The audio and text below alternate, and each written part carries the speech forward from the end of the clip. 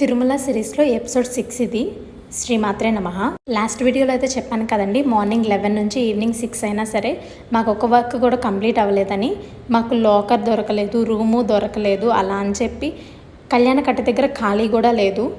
ఫైనల్గా అయితే పిఎస్సి 3 దగ్గర మాకు ఒక లాకర్ అయితే దొరికింది. అలాగే కళ్యాణ కట్ట దగ్గర కూడా 3 అవర్స్ లైన్లో నిలబడిన తర్వాత గుండు కొట్టించుకోవడం అయితే కంప్లీట్ అయ్యింది.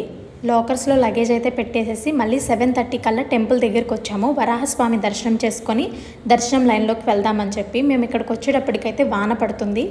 ఆ వాన పడే టైంలో ఆనంద నిలయాన్ని చూస్తుంటే కంటికి అలాగే మనసుకి ఎంత ఆనందంగా ఉందన్నది ఖచ్చితంగా అక్కడ ఉండి ఆ దృశ్యాన్ని చూసిన వాళ్ళకి మాత్రమే అర్థమవుతుంది.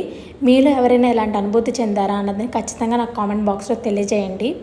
మాకు దర్శనం స్లాట్ వచ్చేటప్పటికి ఈవినింగ్ 9కి ఉందండి. దానికంటే ముందు మేము వరాహస్వామి దర్శనం చేసుకోవాలనుకున్నాము. కానీ మేము దర్శనం లైన్లోకి వెళ్ళేటప్పటికి 7:30 అయింది. దర్శనం అవుతుందా లేదా, మళ్ళీ దర్శనం లైన్లోకి వెళ్తామా లేదా అన్నది మాకు ఇక్కడ పెద్ద ప్రశ్నగా అయిపోయింది. కానీ ఏం జరిగిందన్నది నేను నెక్స్ట్ వీడియోలో చెప్తాను.